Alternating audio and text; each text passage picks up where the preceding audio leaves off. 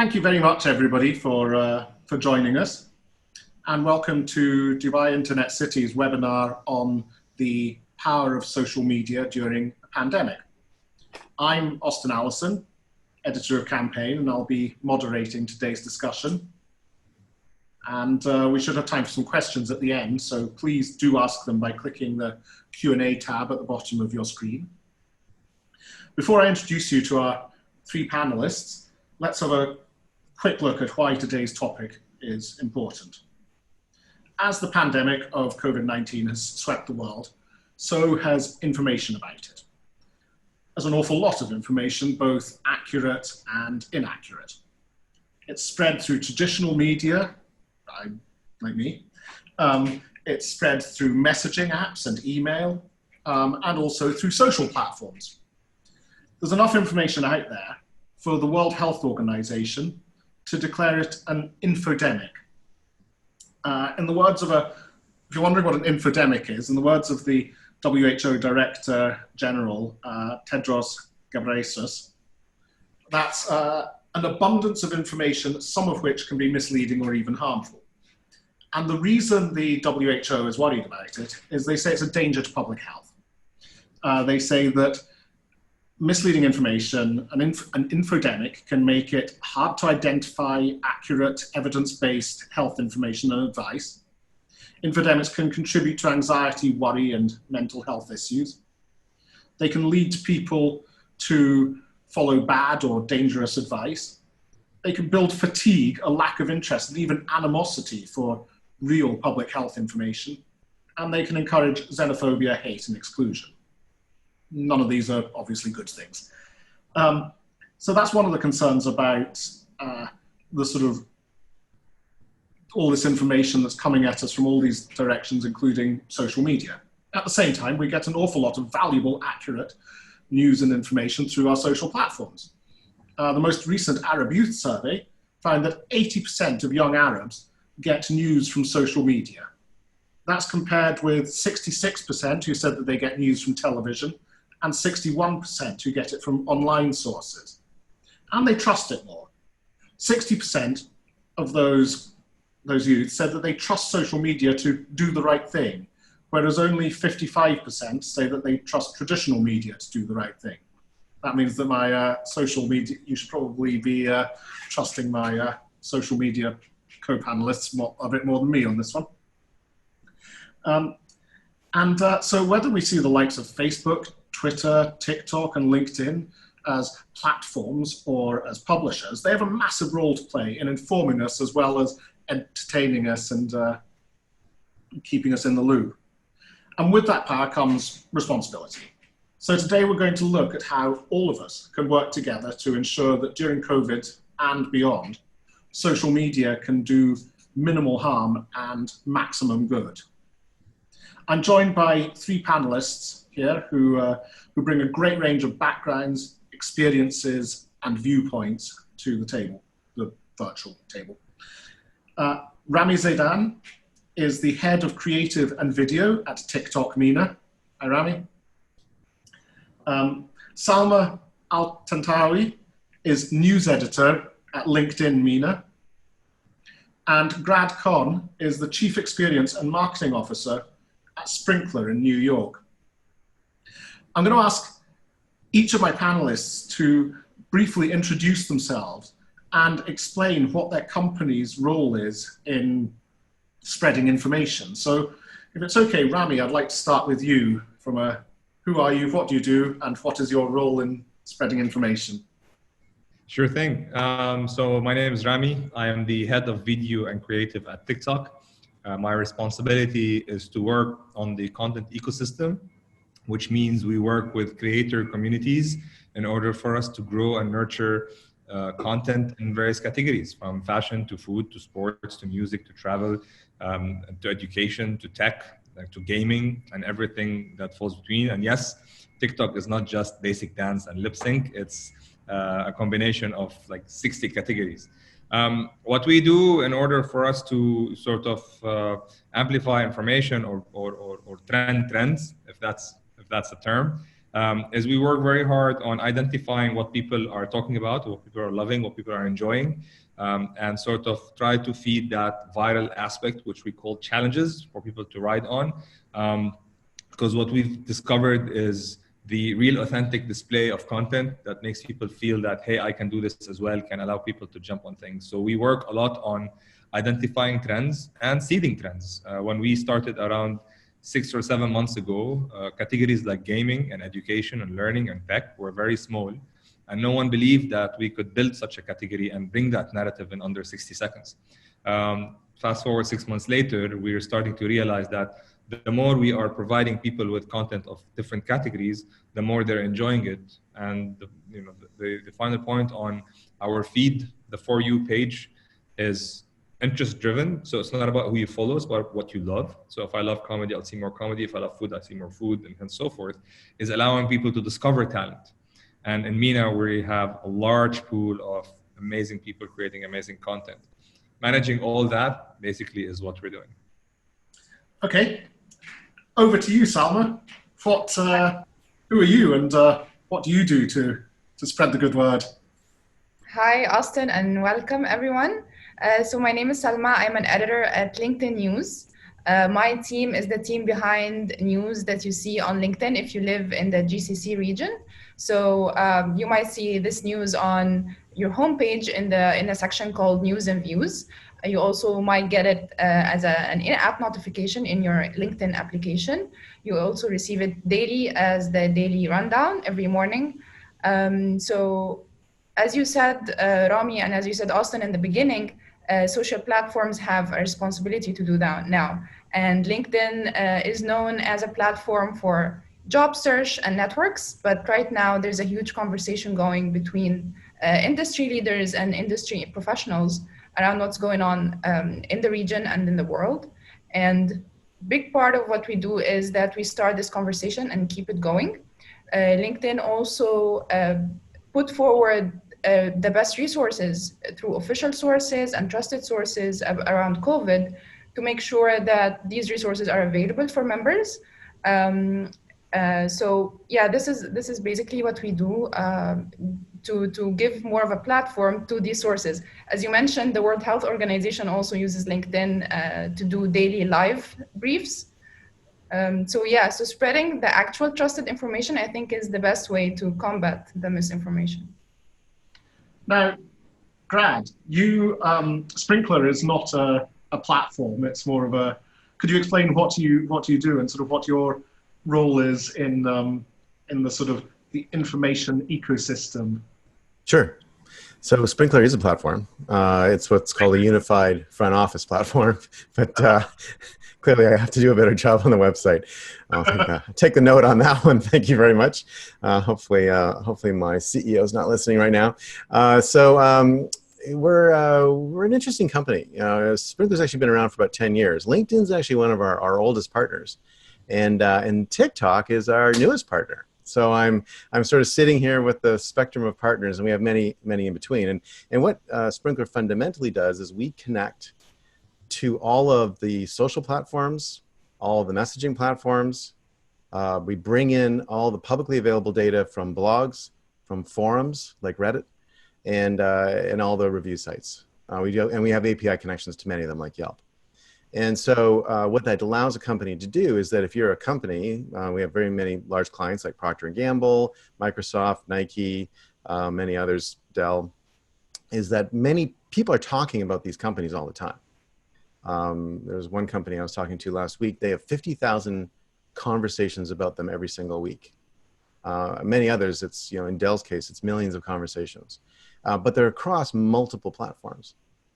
And so what Sprinklr does is it allows companies to listen to everything, bring it into one central interface, and then be able to take insights or respond or deal with a care crisis or deal with a PR crisis or whatever that is, right? So it's listen, learn what's going on, and then love the customer, which is our selling line. So it's been really sort of interesting for us over the last few months because I would say that maybe this time last year, and maybe even 6 months ago, I spent a lot of my time trying to convince people that modern channels were a big deal. And I started showing them the data, like all your customers are on the modern channels now. They're not doing email anymore. They don't want to call you. Like they've already moved on. And there's a little bit of like, oh, well, you know, I get my kids are on it, like this kind of stuff.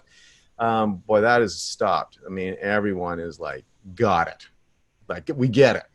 And so we're like on fire right now. It's like everyone's like, we got to get on these things. Oh, we're way behind. We got to do digital transformation. And suddenly the whole world is sort of waking up to the way that people have been communicating now for a few years, right? This has not just happened yesterday, but there's been this sort of wake up call. So it's been, and I think, you know, LinkedIn and TikTok are two outstanding examples of how people are leveraging these platforms to do new things with work and new things at home, and then they also sort of blend as well. And so, you know, we'll see. You know, it'll be interesting to see when people start doing, like, you know, business pitches on TikTok. I think that'll be really cool. And when people start doing dance videos on LinkedIn, you know, I think that'll be where the worlds really start to kind of come together. It's interesting that you say that you know, sort of people are now getting on board with it. Are they? Do you think that how quickly do you think they're catching up with seeing the importance of the, you know, of social platforms and actually using them right? You know. Well, I think that one of the key things that we've seen is we have a care product. So we have sort of 5 products that are all different types of interactions, right? So engagement, which is like a conversation, care, which is dealing with customer care issues, advertising, if you want to advertise on a social platform, insights and research, and then a marketing platform, a content marketing platform.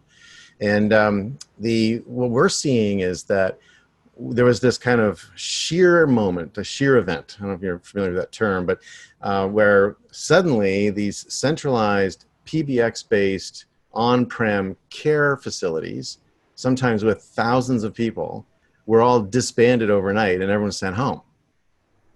And so suddenly they needed a distributed way of being able to manage care inquiries. Customers were getting irate. They were waiting in lines. They were standing on phone calls. That was like not a great experience for a lot of people. And there had been a traditional problem in the centralized care centers in that VoIP wasn't a real option because the pipe for VoIP couldn't be big enough to handle, say, 1,000 agents at once. All that just changed literally overnight, right? And so suddenly VoIP's a total option. And, you know, with Sprinklr, VoIP anything is digital. So VoIP, email, and all the modern channels are all in our care product. And so we've got all these customers saying, you mean I can have one interface that someone can run on their laptop and they can do all this stuff. And most of those inquiries are now coming in on things like, you know, messaging apps and stuff like that. That has been an amazing incentive. And that these kinds of events, they don't happen very often, but when they do, everyone kind of gets it in a hurry and then everyone starts trading information. So I think the key thing for me is that, you know, customers are doing way more online. When they have an issue, they don't want a phone call, or even an email. They want to, like, they're on their messaging app right now, or their social platform or wherever they are, and they want to deal with it instantly. They want them to get back to them, and they're not going to be patient. Right now, there's a little bit of not everyone's doing it, so you're okay, I guess. But what's happening is the smart companies are all jumping on this really fast, and so you're going to, like, not be able to be in business in a few years if you're not dealing with customers the way they want to be communicated with. So, Rami and Salma, as you're sort of sitting near me in the GCC, do you think that both clients and regular users of platforms, do you think that they're different from elsewhere in the world, and do you think that they're different, especially during COVID? Yeah, so for the GCC, for example, it's a very unique region, obviously. It's a very diverse region. People come here from all over the world. They have a very wide scope of interest that translates to more than what's happening here, but what's also happening in their own home countries. So there is it's a diverse canvas, if you like, of industries and of professionals. So definitely we see that reflected in the way they post, in what's interesting for them in terms of news or generally in the networking and building networks. So there is definitely a unique way, and I think it's also showing in the way the conversation is going right now about COVID and about the workforce during COVID and how a different industry is dealing with it. So definitely, it's a unique place. When you say that they're informed by sort of news from they're coming from different things, does that mean that the opinions and the articles and things that you are curating and that you're seeing on the site, do they come from, do you think, possibly a wider spectrum than they would in other markets? Or am I in that I might share articles from my home country and somebody else might share them from their home country and somebody else, I mean, not even just language issues, but simply in the sort of the original sources of those things. If you're in a sort of homogenous society, you read the local or the national news websites, but maybe not so much international stuff. Whereas here we have a lot more information filtering in from everywhere. Do you think that's a fair guess? So if you think about it, Austin, just here in Dubai, where we are right now, 92% of residents are not from the UAE.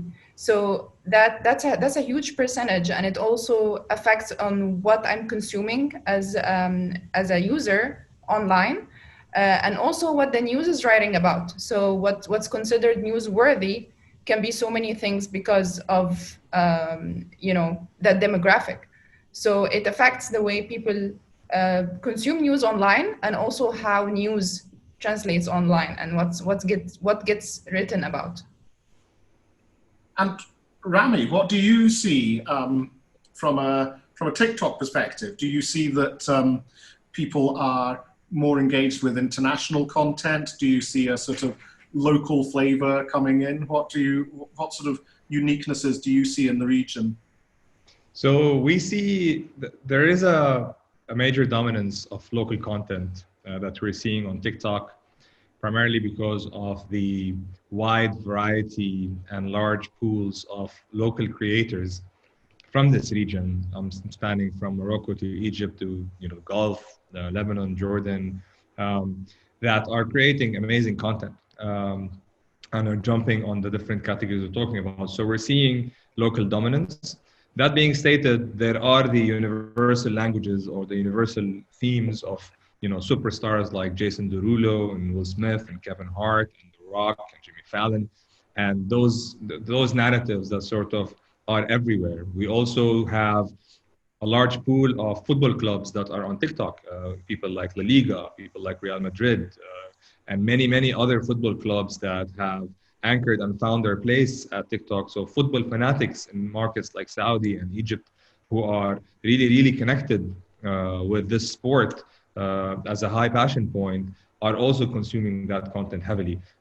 So I think it's when it comes to what people are consuming, there's a lot of creation coming up from this region. So if there is demand coming for certain categories, it's being met by creators from this region, which means what is being fed on from external regions are stuff that are overarching from very popular content that's global by nature.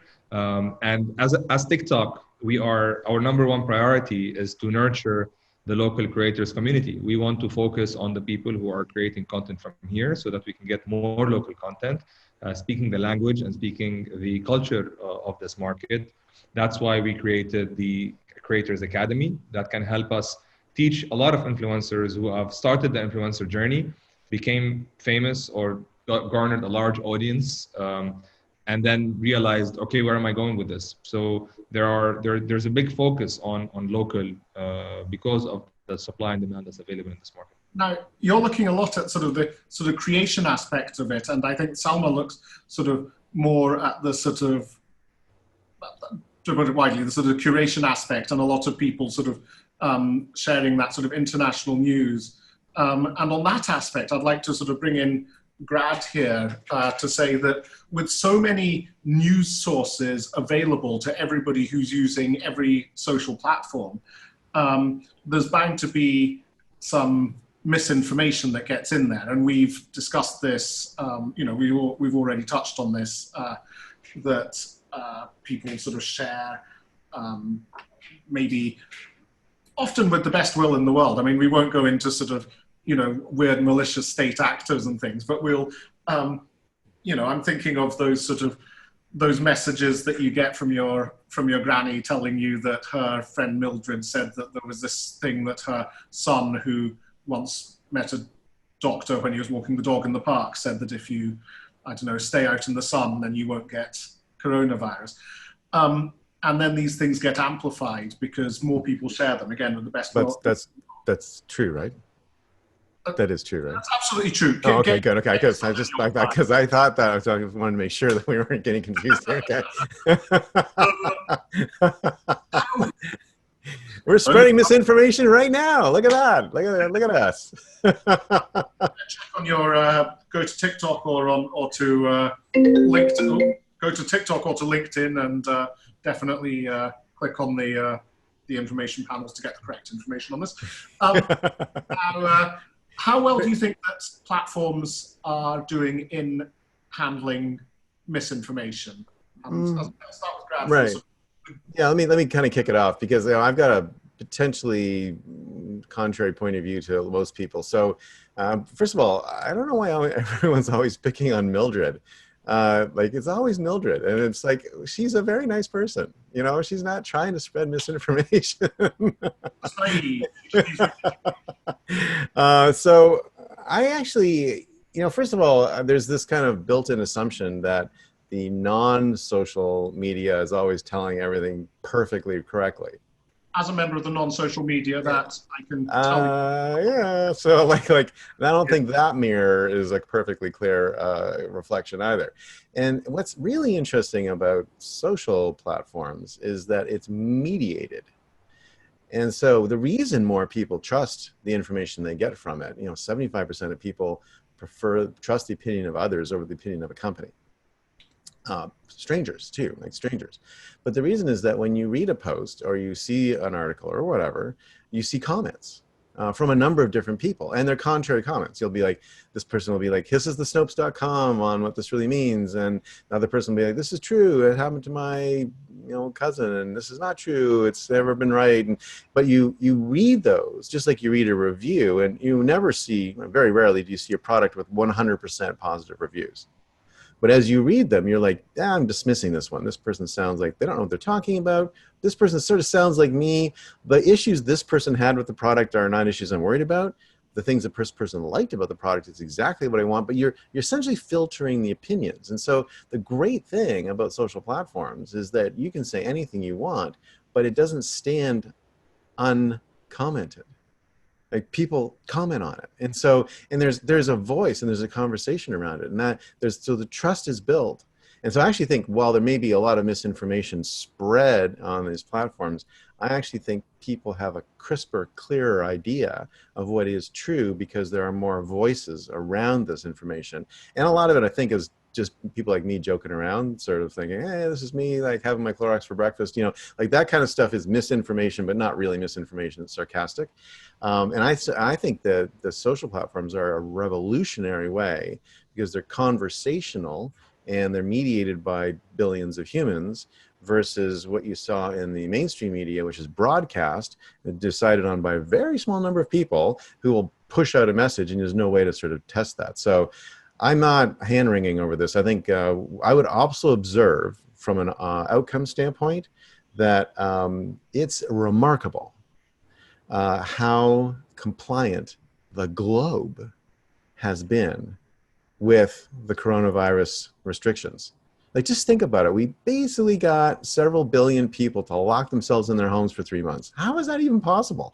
And I would say that the social platforms played a major role, not only in connecting people and kind of keeping them from going insane. I think TikTok is probably responsible for 1 billion healthy mental people. But I think at the same time, people got a sense of what the real information was. They were able to connect with other people, and they took it seriously. Whereas if it had just come through broadcast, I don't think people would have complied the same way. Now that's very interesting because I was about to, until you made that last point, I was about to play devil's advocate and say that the problem with having those mediated comments is that, or, the problem with having people able to make their comments is that we have this tendency to read what we already believe, and that we will look through those reviews of a product, and if we want to buy the product, we'll concentrate on the good ones, and if we want to put it down, we'll look at the bad ones. But in terms of news, we're likely to spend more time with news that we agree with than news that we disagree with. I don't have figures to back this up, but I did recently read a book that had by a guy called Rob Brotherton. You can look it up, people. So I don't have the facts at my fingertips, but I know that there have been studies done where if you take people, I think they used gun laws, whether people were pro-gun or anti-gun in the US, and they offered them the chance to read newspaper articles that were biased towards or against gun control, and people tended to read what they agreed with. So this is one of the things. And so, and confirmation bias has been around for a long time. Yes, like 92%. This is my favorite stat. 92% of car magazine buyers. Now, fewer of them, but car magazines are like one of the last remaining magazines on the newsstand, right? 92% of car magazine buyers are what? They're recent car buyers. They just bought a car. And so what they do is they just buy a car, they go to the newsstand, and if you look at a car magazine, they always have like all these models listed on the magazine. So you look through and you're like, oh, there's my, Audi, whatever. And you pull it down, you read the review that says it's an amazing car. And you think to yourself, yeah, I'm a pretty smart buyer. So people really enjoy that. Like, people really do enjoy telling themselves that they're smart and they make good decisions, and they will tend to gravitate towards that. So I think that's always been around. But the difference now is that you have all of us being smarter than any one of us. And there's this chorus of voices that can create social pressure. Like, I live in New York City. And if you don't put a mask on when you're walking down the street here, it's like, it's pretty intense social pressure, right? Like, it's everybody sort of looking at you and pointing and making fun of you and stuff like that. And that happens, I think, in the platforms as well. And so there's been, I think, a more cohesive reaction to the coronavirus than I could ever possibly imagine humans would be able to pull off. It's across every culture, across every language. It's actually extraordinary. They'll write books about this one day. Like, how did the whole planet lock itself up like that? I've always personally believed that we needed a good old-fashioned alien invasion to really get humanity to kind of come together. But coronavirus did it. That's sort of an alien invasion. Sort of. Yeah, I guess so. No, it's interesting. That's one theory. As I said, my devil's advocate argument would be that the danger of social media is that it gives an outlet for those people who tell us it's all a hoax, we shouldn't need to wear a mask, we'll be fine, out we go. But as you pointed out, you've got this sort of social unity of things like TikTok, or any platform. Other platforms are available. I'm sure that I can find my echo chamber even on TikTok, even on LinkedIn, certainly on other platforms of people who say it's all a hoax, it's all, I don't know, Bill Gates trying to put microchips in you so you can control your brain. But actually the majority of people you look at the sort of the memes that have come out of, and I'm thinking specifically TikTok here, of people self-isolating and doing a lot of things in their own homes that sort of emphasize that this is normal. Because if you're sitting in your own home, you don't really know what everybody else is doing. Take it back to the days before social media. All you have is the mainstream media who are telling you that it's dangerous out there. And it may be that the mainstream media is lying to you or exaggerating things, and that if you go out, actually everybody's walking around as normal, and don't you feel like the dummy? Whereas looking through your social feed, you see that everybody's in the same boat, more or less, and are feeling that. So is that? And I would argue, sorry, really quickly, I'd argue that the mainstream media has politicized it, because there's often political axes that they're grinding, whereas in social, not really politicized. People are more like, just trying not to get sick. And I think the politicization of the mainstream media has made it even less credible, and social platforms are even more credible, because now I'm just talking to people about issues that I face. I'm not trying to be like swayed to vote for somebody. I would say, I'm going to go to Rami here, because I would say that there is I mean, again, there's bound to be, there is politicization in other places on TikTok, but I'd imagine that your average sort of TikTok lockdown video is not a political statement. It's more trying to stop yourself going mad, or documenting yourself gradually going mad statement. in a cool way. So Got to be in a cool. COVID and the COVID period. I say this a lot. I think I strongly believe it put TikTok to the test, right? And I say it put TikTok to the test because as an entertainment platform, as a short form video platform of creative expressions in less than 60 seconds, once you get to a serious topic like COVID, everybody in the room will start talking, well, as a platform with millions of users, we have a responsibility to contribute to the narrative. How are we going to do this?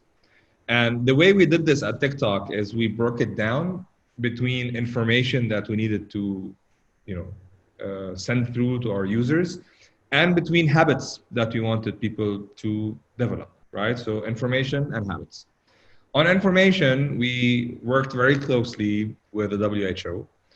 We published, they have their own page on TikTok. So we published various videos that explained the facts and the requirements and the necessities and the precautions that are needed.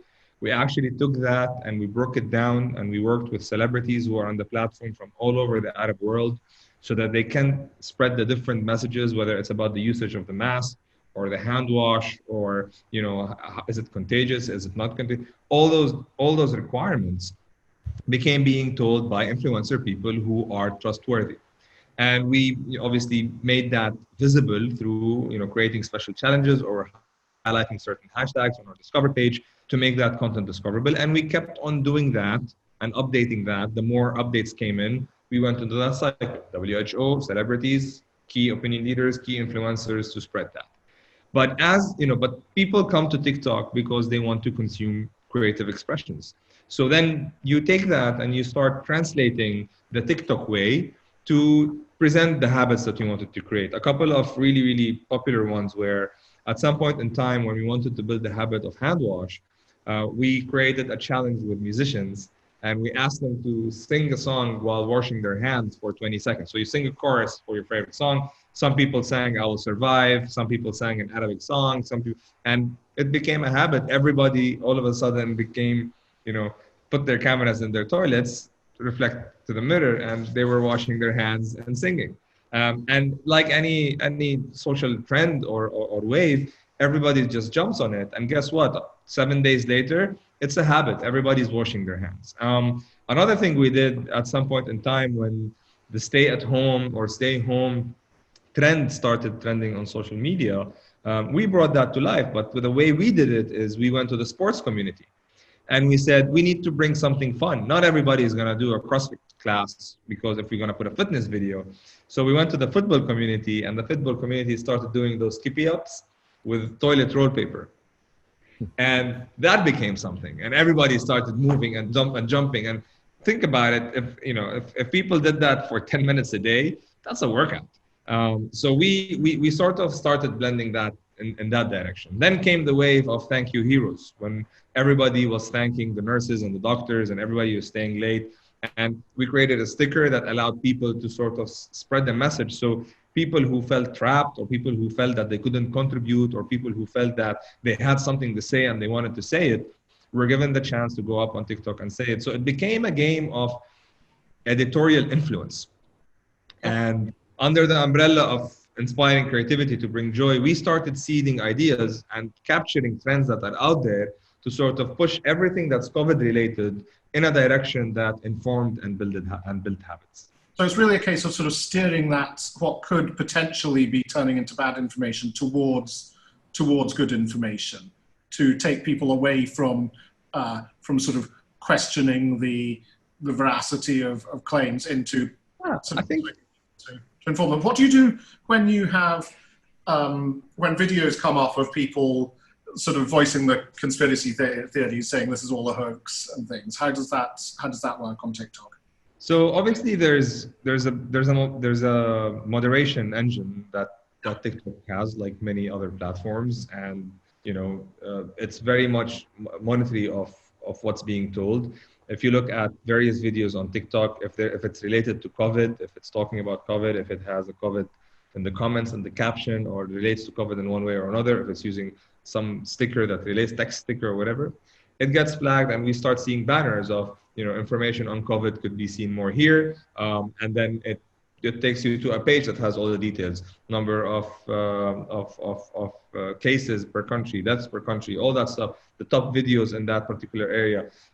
So it becomes a game of, if someone sees something about COVID, by the time our moderation team fact checks it or whatever, there are enough alerts on the screen that are so they've already been pushed in that direction. To say, come here if you want to see the right information or you want to see more information, and that information is filtered. So it becomes the game of moderate and remove, but at the same time highlight for people to discover more. And humans in general, they're curious beings. Like, they want to learn more, and because they don't know, they would believe a lot of what they have, and because they are on information overload, not a lot of people spend time fact checking themselves. So what we need to do, like we do with many things, is we need to make sure that we have the right information in one place, and that whenever there's an area of where there could be a risk, or we guide people to that place where they can get that information. Salman, is that a similar situation on LinkedIn, that you're less focused on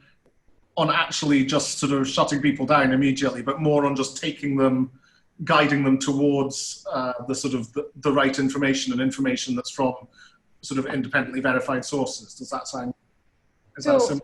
When we talk about combating misinformation, there is kind of different directions that LinkedIn goes to. So as Rami said, there is the basic moderation. If a post gets reported for spreading false information or putting people in possible danger, of course, it gets removed. And then there's also, as you said, giving the platform for the trusted sources to have a voice on the platform, and also through the content that we create as LinkedIn News. So we also had, whenever you see a COVID-related hashtag on LinkedIn and you click on that hashtag, the first thing you see is the official sources that we had. We had a special page that was frequently updated. It had the latest updates from the Ministry of Health and from the World Health Organization about like a number of cases, all the daily updates. So that appeared whenever you search something that's COVID related. Also, when it comes to content, LinkedIn was focused on helping people navigate the upcoming phase. So we saw a lot of, when we first started working from home in March, there was a lot of posts and questions and discussions about best practices. How can I focus? Where do I sit and work from home? How do I keep my productivity and all that? That was a discussion that was dominating the site. Now, as offices reopen, how can I go back to the office? What did we used to do when we the office and work? Yeah, and we also had a live LinkedIn video that was Q&A about mental health during this time, and how can you deal with being laid off, or not knowing or not being sure of what the future holds for you or for your family. We also had a project called Big Ideas, where we looked at the world after COVID-19 from a global perspective and also from a regional perspective. We interviewed experts in oil, in aviation, in all the big industries that were affected by this, and asked them how can we recover? How do you see this going? So focusing on, of course, the trusted sources and the news, but also the conversation around it, because people come to LinkedIn for a professional conversation. That's not always about like daily news, but it is about news, and it's about how we perceiving the news and how it's affecting us, and how as professionals it's affecting the workforce in general. And they're getting tips from each other through networking. Some people had to shift their whole businesses online. So there is a huge learning curve that happened during the start of the lockdown until now. And talking about that and using the networking aspect of it is really important in the next, like, post-COVID life, whatever that is. So these are sort of... I actually think LinkedIn has a huge role to play post I post, you're right. Like, what is the right word, right? The new normal or whatever. But because the most people, 99.5% of the population, have not been affected by the virus. They've been affected by the job losses and by the work from home and all that stuff. And how do we all get back to work again? I think the LinkedIn will play an extraordinary role in that. I'm excited to see what's going to happen. And that's the conversation, right? Because that's what you want to talk about with other professionals. Right. Yeah. Now, you get a sort of a good vision through, again, Grad, you sort of get a really good sort of overview of things, which means that you perhaps get to see sort of what the roles of the social media will be sort of moving forwards. And I think that it's interesting, Salma sort of took us sort of neatly into this sort of future looking thing of sort of that we're now moving, we're now not coping with lockdown so much as coping with going back to work and preparing ourselves for new things. How do you see the social channels sort of adapting as we move forwards?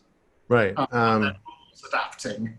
Well, and not so fast on no more lockdowns, by the way. So that's we've got a few more cycles ahead of us. So I'm telling everyone on my team, you just be prepared for a couple of years of this. And then, when the vaccine is available and the virus can be defeated, then maybe, but we got a long road ahead. I actually think all the social platforms, I mean, LinkedIn and TikTok, I think, are extraordinary examples. Both of them are exceptional platforms, but I think everything that connects human beings will play an important role in keeping people connected and working. What's going to happen, in my opinion, and we're seeing this, is that people are finally making that step to do a podcast or to get out there or do media or create. We're all humans fundamentally are creators. I'm a very big fan of humans, by the way. I know a lot of people aren't, but I think humans are awesome. And you've got, like right now, you can't buy microphones. Like, they're out of stock globally. Like, you get ring lights are almost impossible to get a hold of. Like people are building little studios and getting themselves their equipment upgraded. Like, this is a massive change that's occurring from a computing standpoint. I believe we're entering an extremely creative age. Where people will work with each other and work together and do new things, and the social platforms are where it's all going to happen. Do you think people are buying these to communicate? Do you think people are buying things like ring lights and microphones to create or communicate? Is it so that they can or both? And it is in communication creation. Like, aren't we creating something right now? I mean, we're creating something right now, but we're just talking and having, like, I think that's just, there's this opportunity. Like, I have one little personal example. So I have a brother and a sister. They're both younger than I am, but both much better looking. And I have a mother, and my mom and my brother and my sister and myself have, communicated sort of over the years, right? This thing hit and we're like, let's do a Zoom meeting. And now we're doing a weekly Zoom meeting. I've talked more to my brother and sister, and my mom I talked to a fair amount, but I talked more to my brother and sister in the last 3 months than in the last, like, maybe 30 years. Like, it's an amazing change. And that to me is like, why did that happen? Zoom was available before this all went down. And there's been some kind of collective reconnection to each other that is, no one's going to forget about it. And these platforms enabled it, and they were all in place and they were ready to go. But the way they're being used now is very different. I think it's going to be an extraordinary period of human creativity. And actually, after the last big pandemic, which was in 1918 to 1920. That's why I'm telling everyone in 2 years. The last big pandemic, the 1920s following it, were a period of a very, very high creativity. People learned to connect in new and different ways, and there's a lot of revolutionary things that came out of the 1920s that sort of we're still enjoying today, like rocketry and all that kind of stuff. And so I think human potential gets released when there's a moment in time that shifts everything, and we've had that moment. Didn't Newton and Shakespeare both work on that too? That's back in the bubonic plague time. That was really bad. But yeah, that was really rough. But they wrote, Shakespeare was writing plays, and Newton was inventing theories of gravity. Like, I mean, it's like this is my sort of frustration with humanity sometimes, is that I wish it didn't take these like sort of horrible events sometimes to make us push to the next level. Like war, especially World War II, was horrible in thousands of different ways, but also gave us jet travel and gave us, put men on the moon and all this kind of stuff that happened as a result of it. And so I think that, humans sort of respond to stress like any organism. And when we're heavily stressed, we will bounce back and change. And this has been a very heavy stress. And so the change that's coming, I think, is going to be very exciting. It's going to be really amazing, actually. Salma, have you seen a sort of an uptick in people writing, creating videos, actually creating stuff on the for LinkedIn? And I'll come to you in a minute as well, Rami, because they're sort of good to be, I suspect, so slightly two different ends of the spectrum. We've certainly noticed a lot more interaction with all our digital content during lockdown, and so I think that as well as creating, people certainly I can speak for people interacting with stuff, but are people creating? Are people writing, sharing their opinions and things? Yes, definitely. So we've seen a huge uptick in people who are creating posts and articles, again talking about how they're dealing with things, how they think their network is doing, and going back to the office or going to like shifting to a working from home module. And in terms of video, we've seen definitely a lot of webinars, a lot of requests for LinkedIn video, LinkedIn live video, which is also a feature that's been used a lot for events and also for just sharing from experts, which is great. So people are sharing, they're asking for advice and they're giving advice, and some didn't even recognize that they actually had an expert voice inside that people are actually want to hear from them. So we've seen the conversation shift through many topics. It shifted through mental health and how to deal with all the stress of what's going on. HR and recruiting professionals sharing tips on resumes and interviews, especially now that a lot of people are looking for jobs. And just like managers sharing how their team is doing and sharing that how they're managing working from home, all the leadership tips. And people are, we're doing a lot of video calls every day, and I think that translated into a lot of people seeing themselves on video and doing more video in general. So events are all turning to online video now, so it's becoming a really integral part of the day just to be on a video chat. So being on a video platform is the normal next step. And do you think that I think that it's interesting. I'll ask you, going back to something that Grad said right at the start about people being about social media being sort of self-regulated and the users sort of critiquing things.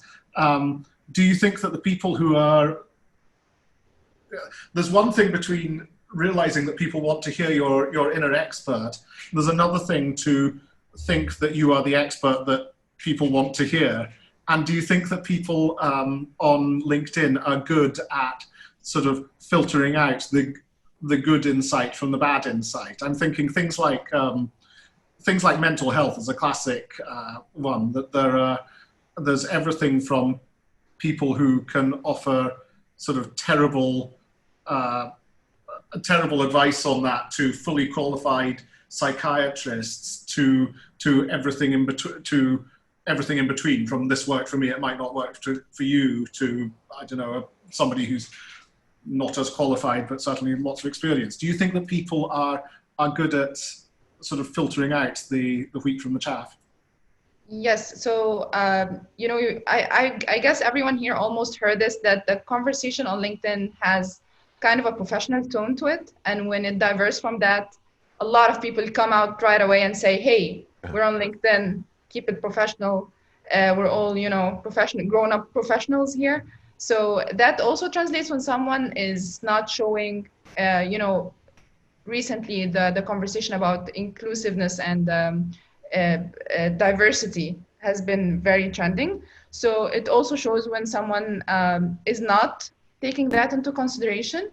the users definitely engage in a very productive conversation about it.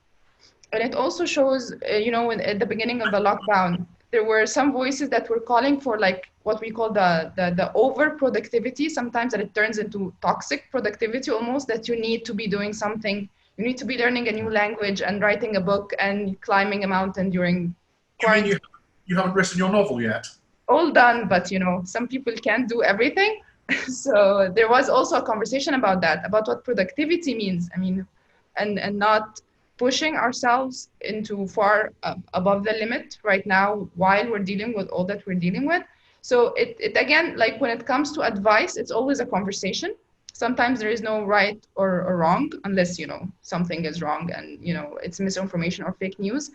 But when it comes to members connecting and advising based on their own experience, that's actually one of the best conversations, because everyone draws in on their own experience. Now, you were saying that people have been sort of picked up for not being professional enough. I'm guessing that's not often a critique that's thrown at TikTok users. But Rami, has creativity and has the volume of content being created gone up more than gone up during COVID? Yes, I mean, when we saw expecting it without a pandemic. So, as you know, TikTok has been going through an accelerated growth throughout the world. We've recently crossed the 2 billion download mark worldwide. And we're seeing similar trends coming in from this region. What happened when everybody got locked down at home is the people who were hesitant to use the platform or didn't know what the platform was about got the time to give it a try. And then that's where we saw an aggressive acceleration in the growth of the diversity of users by age, by gender. We started seeing family accounts coming to life. There's an account for Nadia Mnaimny, who does comedy skits with her grandfather. There's the Hinnawi family, who is a really, really cool couple that really bring out daily lives in a very cool way. Khaled and Salama are obviously known outside of TikTok. They're memers on TikTok, so they do different type of content.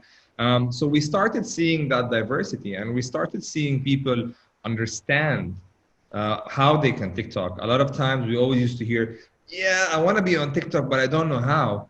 And people then realize the only rule to be on TikTok is there are no rules, and the creative aspect of things. So you can open TikTok, check out the challenges. If you like a sticker, you hit the record button and you create a sticker, and boom, your first video is out.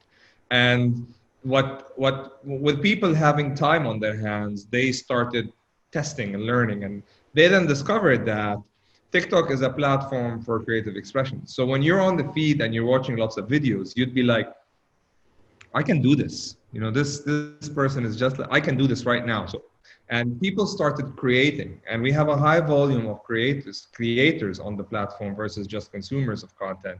So we did see a massive surge. What we did in that regard is we started putting more efforts from our end in order for us to dig deeper in content types. We started recruiting tech creators, and we started recruiting gamers, and we started recruiting English teachers, and we started recruiting motivational speakers and people who give you self-development advice. And we started taking people live and doing music concerts on TikTok, and we started onboarding celebrities, and so we put a lot of effort in saying, as people are now excited to try, let's work on this to build that habit. And I think we've done a great job. If you go to the Discover page now and you go through all the challenges that have been happening, the amount of creativity is really cool. We saw a massive surge in video memes, and we discovered the creative capacity of people just coming up with scenarios with 6 words and 15 seconds that can tell you a really cool story. And it's something that we will keep nurturing and keep paying attention for under the umbrella of remaining to be a positive platform for creative expression for everyone. We're starting to run out of time, so I'm going to, before we go to questions, we're going to have time for a couple of questions. There's a couple there, but if anybody wants to sneak any more in, now's the chance to get yours up on the Q&A panel. And I think you started to touch on it there, Rami, and I'm just going to ask you to sort of say in 30 seconds or less, what do you think, how you think social media, not just TikToks, but generally social media's role has changed throughout throughout COVID? You know, sort of what was it to start with, and what has it become? So if I could sort of go to you, I'll go to you first, because you were starting to sort of touch on this already. So we spoke a lot about today about the evolution of human habit or the user habits on the platform. I'm gonna tap onto the evolution of our habit as an organization or as a short form video platform. What we've learned from COVID is the importance of collaboration. And as a platform that is dedicated to providing a technology and an audience to any creator that wants to tell a story, community engagement and engaging the community becomes very important. We spoke about the different parties that we work with that come from creators in different categories, but we also do a lot of effort in putting our hands in the hands of bodies like the government and bodies like we talked about the WHO, and we work on CSR and social responsibility in order for us to really bring responsible content with purpose, or what we call create for good. So 2 months ago in Ramadan, when everybody was at home, we had 3 CSR initiatives that were promoting. One was promoting river blindness, and we donated $2 for every video that came out. Another one was called Every Gift Counts, was also another one that we did that talked about doing good and helping UNHCR in order for us to also donate $2 per video. I think we raised around close to $500,000 in terms of donations in order for us to raise awareness with purpose. So bringing together and engaging the community and the people that live does not necessarily all needs to happen in press conferences and on the road. It can happen in digital organizations, and that collaborative spirit of bringing people together for bigger good is another key thing that any platform today with the power of tech and an audience can put together. And I think that's where we're going. We're seeing way more collaborations between us and the Red Crescent, UNHCR, the Sheikh Mohammed bin Maktoum, global initiatives, and so we're seeing a lot of that, and we're going to put way more efforts on that, because we believe if we are going to be able to use the power that we sit on in order for us to serve greater goods and support the people who are housing us and the governments who are sort of building the legislations and the laws and the rules for the safety of the people, if we can work with them to take their agendas to the next level, I think that's where we should be heading, over and above providing the people with the ability to express themselves and have a good time. Salma, in fact, that's also very helpful, because it's answered a question. You've actually, Rami, you've already preceded and answered a question that came in from Zain Ali, which was asking about partnerships with government and brands in the UAE. So I think, yeah, that's quite a handy one. So Salma, how do you think the role of social media has changed during COVID? I think every social network needs to think about what they represent and how they can help during this time.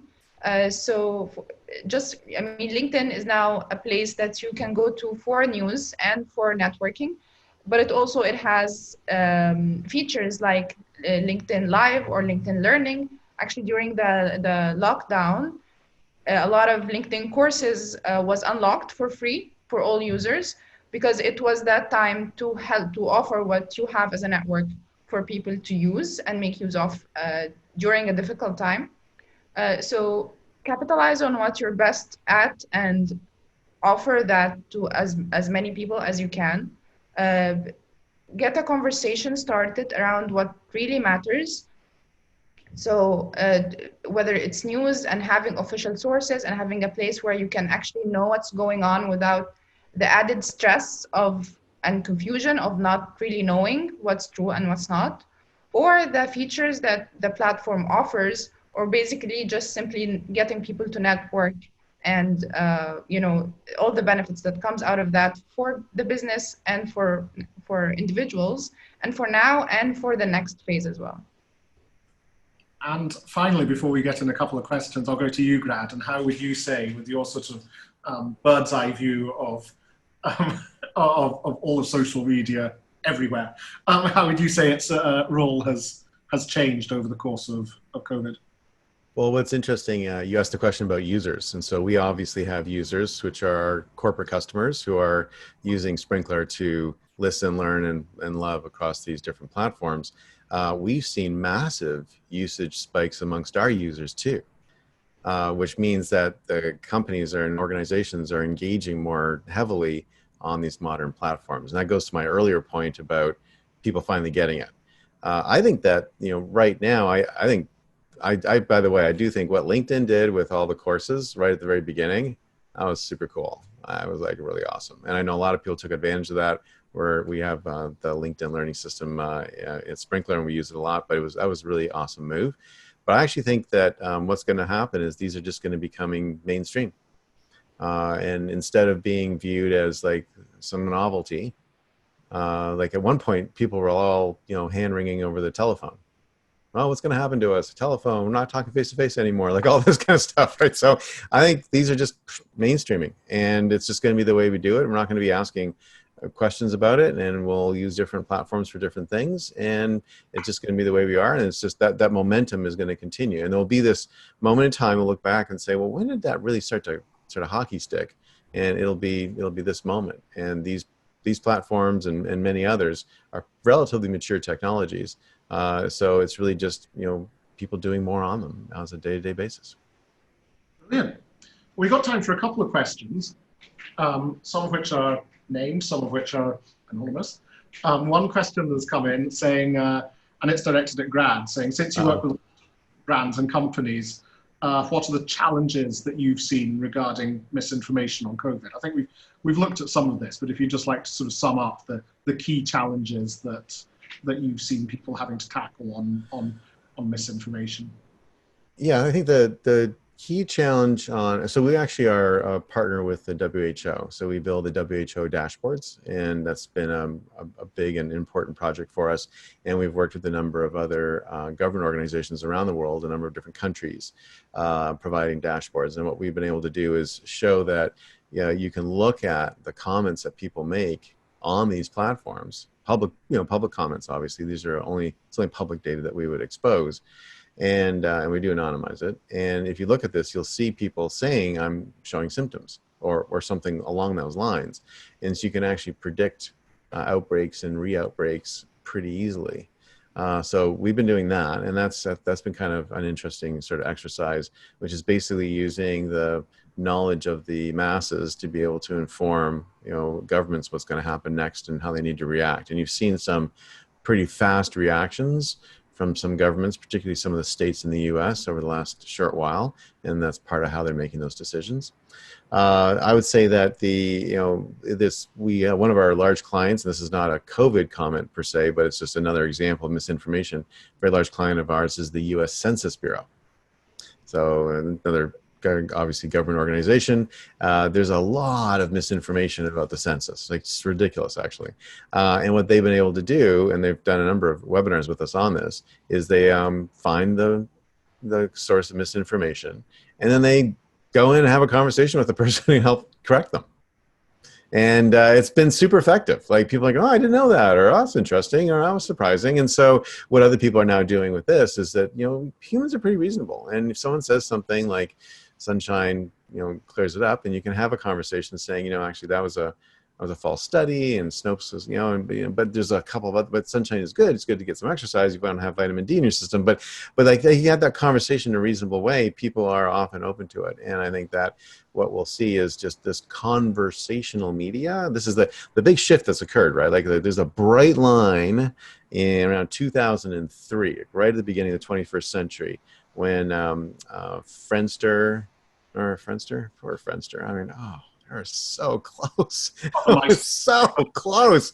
But also LinkedIn came out just after Friendster. LinkedIn's like a grandpa in this business. And so there's a bright line when those platforms first start getting introduced. And that bright line is a dividing line between the 20th century and the broadcast media, and the 21st century and conversational media. And the idea that we're going to all be having conversations is pretty unique. Well, last comment, we have a client named L'Oreal. Probably heard of them. They make makeup and all that kind of stuff. They've got this vision, or not a vision actually. It's a goal. They have a goal, and we're just doing a press release on it today. And their goal is to have a one-on-one conversation with every single person that wants to talk to them. I was always talking about them right now. They have like millions of people talking about them right now. And they are scaling up as an organization to talk to every one of those people. That's how they're going to start interacting with customers. Procter & Gamble, sort of another big customer of ours, Mark Pritchard, who's the CMO, last year at Cannes, talked about this concept of mass one-on-one. And we are moving to a world of one-on-one conversations and communication between brands and people. And it's going to be very exciting. That's really interesting. And it also touches on another question that we had come in from Mayad Al-Kabani, who was saying that should governments and official entities take more responsibilities in terms of correcting misinformation? And your example of the Census Bureau seems to be answering exactly that. That's the government going in and saying, hi, this is something that, that we can see. In the region, Rami and Salma, have either of you seen sort of much actual sort of interaction from government entities on that sort of scale, or even approaching that? Salma, maybe. So the Ministry of Health has been very active in updating on LinkedIn about what's going on, about like data, the number of cases and recoveries and deaths, but also tips for what to do, especially with the things that sometimes come up and we're not sure if they're right or not. So have they been speaking directly to the sort of misinformation, or have they been sort of putting their counter arguments to it? How reactionary have they been and how proactive? Yeah, so they were proactive in like saying that when we first started, like the wash your hands, cover your face before the masks were mandatory. So all those medical tips, when you see them from the Ministry of Health, obviously that solves everything, because that's the authority and that's the official source. So they've also been proactive in that. So they give health tips and what to do and what not to do, and also debunk some of the rumors that we've heard, like drinking things or eating things to protect yourself from coronavirus, which was not true. So it provides like a wholesome source of the actual data that only they have, and also the medical part of things, so people can use it and benefit from it. And I just want to go on the record for a second saying I am continuing to be horrified that no one was washing their hands before this. Like, I'm glad everyone's washing their hands now, but really, like, people, like, seriously, I mean, not long enough. What's wrong with everybody? Again, still like humans quite a bit, but that's gross. That's gross. I'm getting messages saying that we've got to wrap it up now, which is a shame, because I've got some brilliant questions that we just won't have time for, and I'm sorry, guys.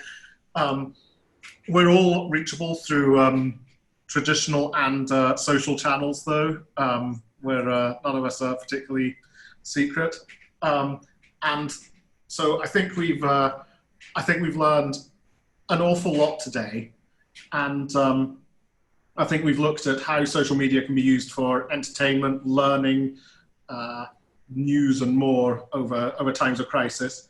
We've looked at some of the ways that social media is combating bad information, and also sort of how it helps us become more aware of that how those around us help other users help us spot bad information, sort of the power of the mass.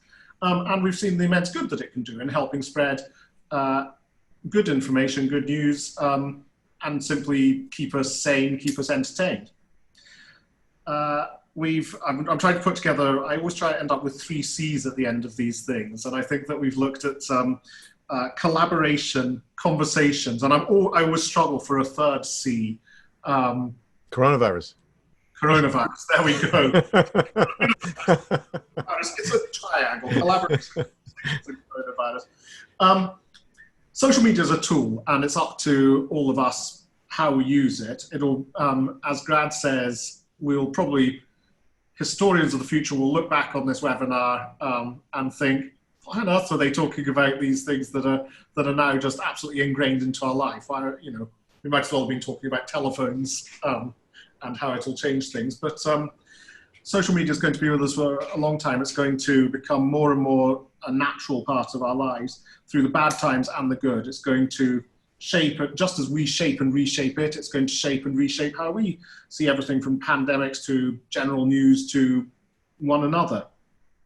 And so I think that we, really got a lot of takeaways from today's conversation. And I think we've all learned sort of a bit more about how social media shapes us, how we shape social media.